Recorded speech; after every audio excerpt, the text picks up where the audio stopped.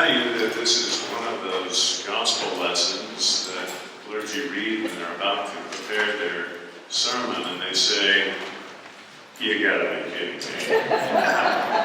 Give up all your possessions. Gee, do I have to make an example before next Sunday?" There's a book called Peak Performance. You may have read it. It's by a fellow named Charles Garfield. And his point in that book is that courage and determination are the key to success. It's sort of a self-help book about how to become successful in this world. And he tells a story in the book about a Texas oil man who had an Olympic-sized swimming pool, saltwater swimming pool that was filled with crocodiles. And so the Texas oil man had a cocktail party. And at the cocktail party, when things got a little further along, he put the mic in his hand and he said, "I've got billions, and anybody who will swim the length of this Olympic-sized saltwater swimming pool with the crocodiles who makes it to the other side, I will give 100% of my stock." And there was complete silence. So the fellow turned to go back in his mansion. Suddenly he heard a splash. And he turned around and there was a guy highballing down through the water, made it all the way through the crocs to the other end of the Olympic pool, pulled himself out, and true to his word, the billionaire took up the mic, and he said, "You shall receive 10% of all my stock. Is there any question you might have?" And the fellow, who looked stunned, said, "Yes, I'd like to know with what intent my wife pushed me into the pool."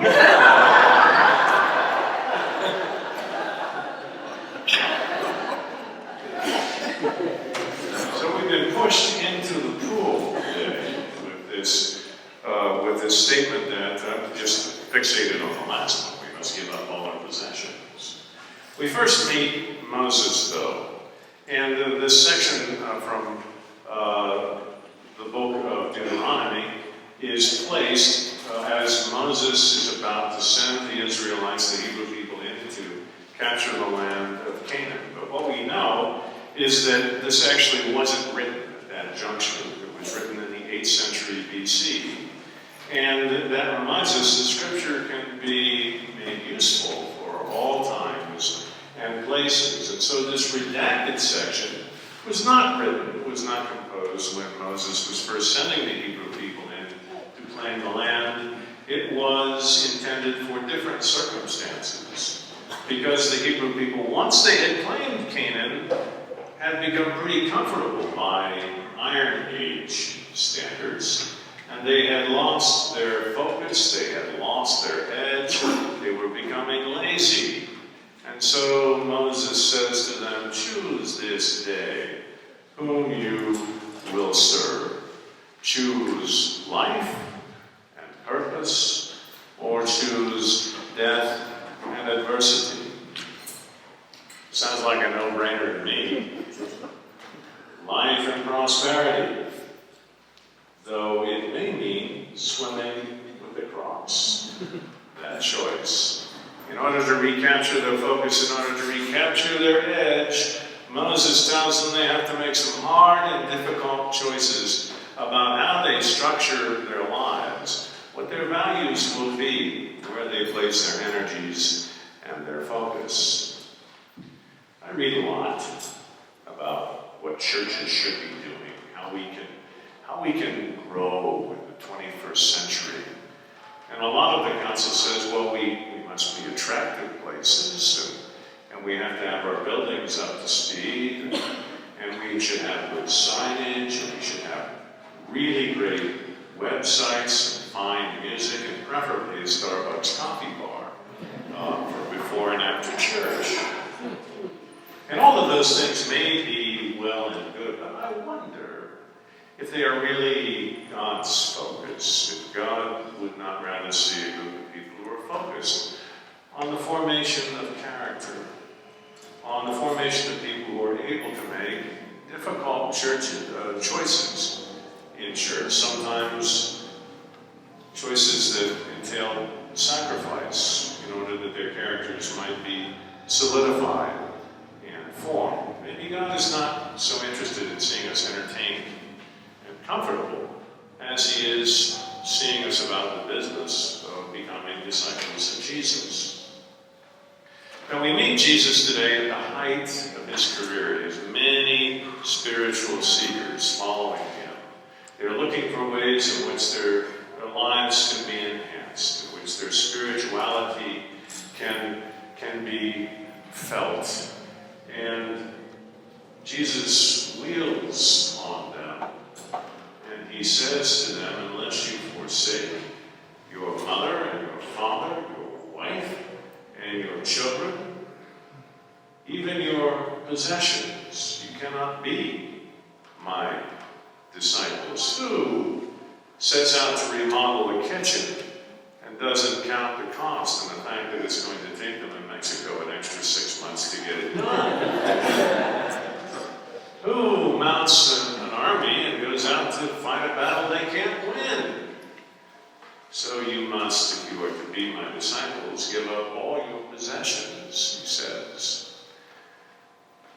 I'm reminded of a professor I had in seminary. His name was W. Taylor Stevenson. And I was studying philosophical theology. He was the chair of the philosophical theology department, so I had to work with W. Taylor Stevenson. And he was a fierce man. And he had one eye, I guess you call it a walleye, that looked off that way. So when he fixed you with his eyes, it was always a little disconcerting. And one day early on, I told Taylor Stevenson that I had been appointed to work with a priest in Chicago on Sundays, as I studied in seminary. And that this priest had told me that he had been a student of Taylor Stevenson's. And Taylor Stevenson said, "Oh, what's the name of the priest?" And I told him. And he said, "Oh, that fellow may have attended my lectures, but he was not my student." At which point I knew I had a course of study that was going to be somewhat grueling. He became a great mentor.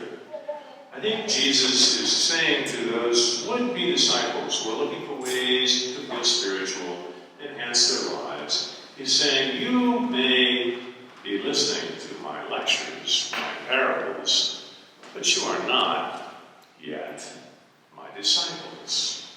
That takes a bit more. You'll be happy to know that scholars almost universally think that Jesus is using in this passage hyperbole. That he's trying to get people's attention, and you can bet he has it once he says these things. He has your attention, doesn't he? And we remember that in first century Palestine, people were deeply enmeshed, deeply set in families and in tribal structures and commitment to nation. And they really had no sense of identity much beyond that. And so many think that Jesus here and elsewhere kind of sowed the seeds that became Western individualism, as people began to understand that they could have individual lives and commitments apart from family and tribe and nation. It's an interesting theory. So it's sort of like the math teacher who said, if you cannot do fractions and decimals, then you can in no wise be part of my algebra class. It's not because there is any particular moral failing in not being able to do fractions and decimals. It's just that if you can't do fractions and decimals, you are not capable of algebra. And so Jesus is saying, unless you have a fundamental and deep commitment to God that informs the choices you make in your life, you can't be my disciple. Not because you're morally reprobate, but because you don't have the stuff it takes yet to follow me in the way that it is required in order to become a full disciple. There's a story of a fellow who stood up in the Baptist church in which he was raised and announced to the congregation that he was now a billionaire. And the reason he was a billionaire was because of that very Baptist church. And the preacher had preached one Sunday that one must give everything to God. And the billionaire said, I, on that very day, earned my first $1. And I pulled out my first $1, and I placed it in the plate as the plate was passed. I gave everything that I had to the the church that day, and that is the reason for my success and the reason that I became a billionaire. And as he went to sit down, all approving eyes were on him in the church. And the older woman behind him tapped him on the shoulder and said, "Dare you to do it again." Sometimes it's easier to give up just a little less than it is to really let go of our security, those things that we think hold us up in this world. We have a great apostle in the Anglican communion, Richard Hooker, 16th century. And Richard Hooker challenged both Presbyterianism and Roman Catholicism and nearly lost his life for doing so.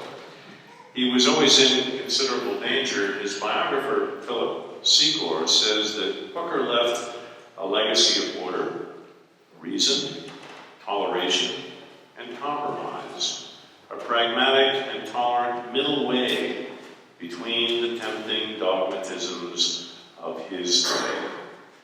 Isn't that what we need in our day? So many tempting dogmatisms. We need a middle way. We need to choose the middle way, even understanding that Jesus sometimes speaks in hyperbole. One last story. I used to be a rock climber, and I can tell you that when you're 50 feet up on the side of a cliff, and you have your hand wedged into the cliff, both hands holding on, that's not the hard part.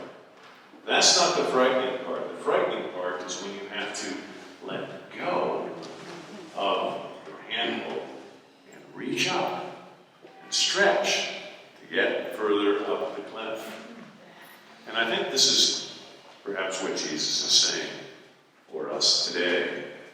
We can hold each other on belay. We can make sure that carabiners are tight for our companions on the way. But eventually, each of us is going to have to let go of something that makes us feel very secure in this world in order to reach up and climb a little higher on the cliff of discipleship. St. Augustine once said, "Without God, we cannot. Without us, God will not." Christ's way is not easy, but we have to find strength to let go of our comfort, reach out of our comfort zone, and reach up on a cliff of life that we might truly be Christ's disciples.